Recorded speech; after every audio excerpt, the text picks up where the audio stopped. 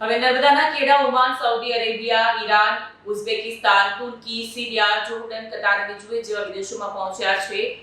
નાંદોદ તાલુકાના થરી ગામમાંથી એક સામાન્ય ખેડૂત તરીકે શરૂ થયેલી સફર આજે વૈશ્વિક સ્તરે કેળા નિકાસકાર તરીકે ઓળખ પ્રાપ્ત કરી ચૂકી છે.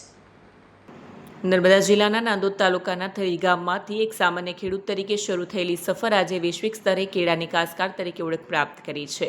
વિક્રમસિંહ રાઠોડની પ્રેરણા અને માર્ગદર્શનથી પુત્ર મયુરધ્વજસિંહ રાઠોડે રેવા ફ્રેશ ફૂડ એક્સપોર્ટની સ્થાપના કરી છે. વર્ષ 2016માં સ્થાપિત આ સ્ટાર્ટઅપે શરૂઆતના દિવસોમાં અનેક પડકારોનો સામનો કર્યો.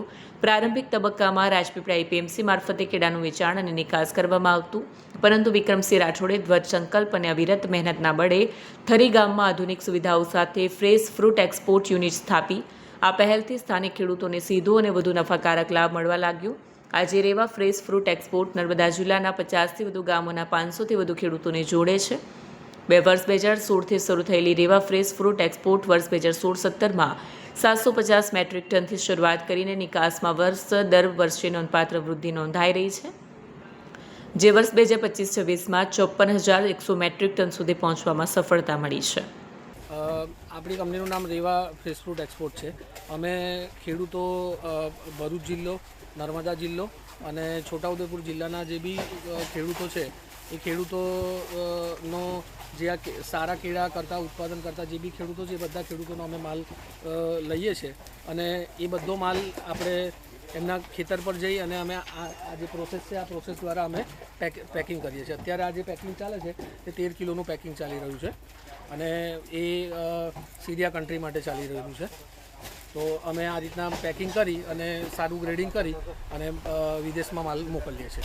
મારું નામ છે વિક્રમસિંહ રાઠોડ. મારી કંપની છે રેવા ફ્રેશ ફૂડ. મારું ગામ થરી, રાજપીપળા તાલુકાનું ગામ છે થરી ગામ. મારા જોડે ખેડૂતો 500થી 600 ખેડૂતો છે. અમે એક્સપોર્ટ કરીએ છીએ કેળા. હું પણ ખેડૂત છું અને ખેડૂતોના ભાવ પણ સારા અમે આપીએ છીએ અને અહીંયાથી અમે એક્સપોર્ટ કરી દુબઈ છે, ઓમાન છે, સાઉદી છે એ પ્રમાણે અમે મોકલીએ છીએ ત્યાંથી, જ્યાંના પણ અમને ભાવ સારા મળે છે અને અહીંયા ખેડૂતલક્ષી અમે રહી કામ કરીએ છીએ.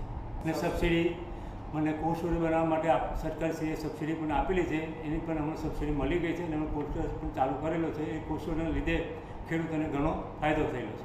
મારી પાસે કર્મચારી 50-60 કર્મચારી છે અને લોકલ માણસો મારી પાસે 200થી 250 માણસો કામ કરે છે.